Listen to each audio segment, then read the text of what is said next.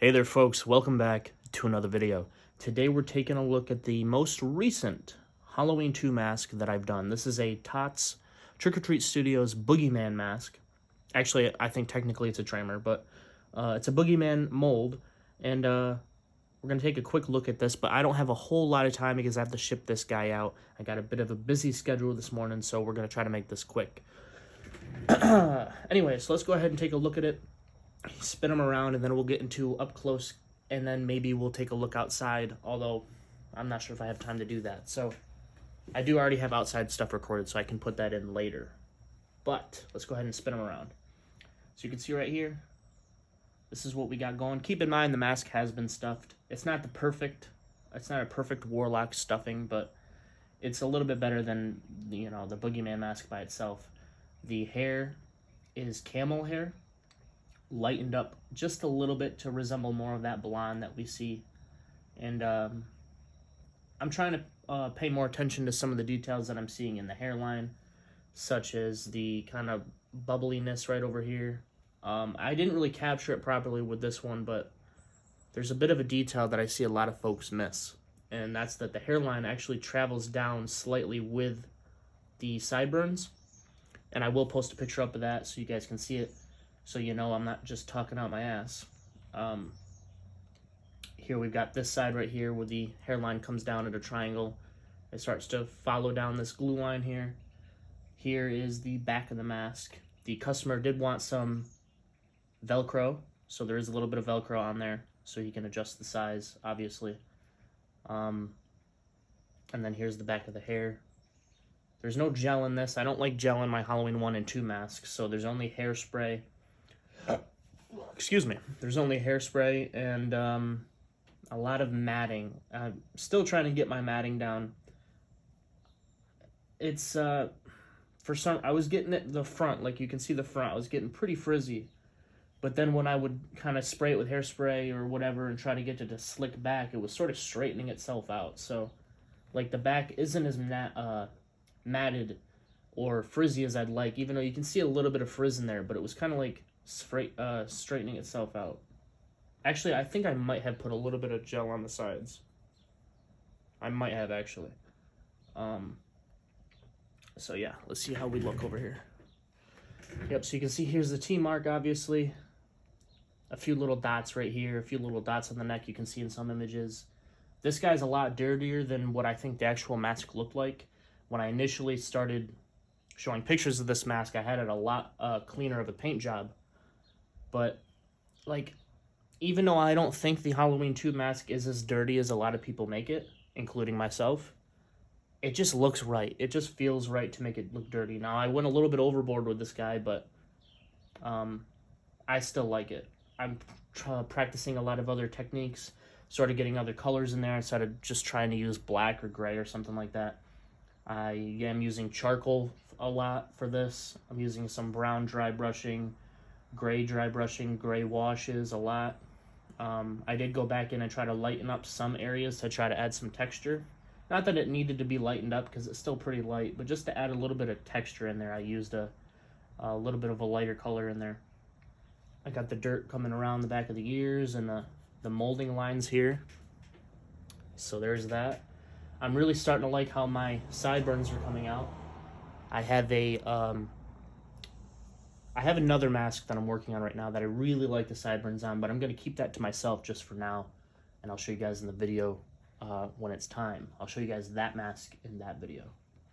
But yeah, the sideburns still need a little bit of work on this one, but I'm starting to really figure out what I want to do with this. Because sometimes when I'm working on these things, I just kind of do autopilot, and I sort of forget some of the things that I'm noticing when I look at the pictures. I'm liking how this guy came out for the most part. He's not perfect. I got a few more things I would like to work on in the future, like getting this hair as tight as possible to the head. Like, in person, it doesn't look bad, but on camera, it still looks too poofy, and I'm absolutely not a fan of that. Let's fix that. There we go. Okay, guys, so there's a closer look at the hair. You can see that it's a nice, like, there's some nice frizziness going on here. You get up, excuse me, you get up close, there's some nice frizziness there. And it doesn't look too bad in terms of the matting, but like it needs to be closer in my opinion. I think some of the reason why the hero looked so matte in the first movie, or looked so tight to the sides, is because, again, because of the Warlock stretch. He was pushing these parts out of the mask, so it's kind of like pushing this back, if that makes any sense. Think of the way perspective works with your cameras. If you zoom out and you go in, this looks more bulbous and that tucks that back. So I think that's what was happening with his head. I think he was making it look more severe, and then also the mask was, you know, getting more deteriorated, so it was just kind of getting matte and not treated carefully and cared with. But yeah, so you can see some of those details down in there, some of those lines on the neck. Again, there's a mixture of dry brushing, washes, charcoal work. Even with the charcoal, I do a lot of different stuff with the charcoal. I use a charcoal pencil, I use charcoal on brushes. Sometimes I just use my fingers. There's a lot of different stuff going on here. And like I said, this is arguably too dark for some people, too weathered for some people, but it's also, keep in mind, it's a little bit more harsh on camera than it is in person. Once you see some of the pictures I took, I'll throw those up in the video just because I usually don't do that. And the beginning of this video is shot vertically, just because I don't have a whole lot of space right now, the way that I have it currently set up. So like you can see it, all this over here. So apologies for that. It's not very professional. But yeah, so I gotta work on that. You can see the little slit in the mouth. It's not bad, but this is just a little bit crooked. I'm not a fan of that. Generally, if it's a Warlock, you shouldn't see that stretch, so, or shouldn't see that.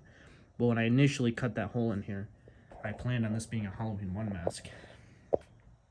But I have so much fun doing Halloween 2s that I just kind of went over to do that. Let's do another spin around here. You can see that little triangle piece right there. You can see the hair kind of swafting back. Some cleaner looking parts of the hairline, some messier looking parts of the hairline. You can see the little frizzies back here looking pretty good. Again, there's the Velcro. Yep. Here's that little squiggly line right there. I want to try to figure out a better way to do that. I'm not exactly happy with how that came out here, but, and again, I will throw a picture up. I'll do it again now that I'm bringing it up again. But this part of the hairline should come down. So I messed this up a little bit. I want the actual hairline to travel with this and come out from that point, similar to this side. That's on both sides. It's not this severe on the other side of the mask, but this sort of detail is on both sides of the mask.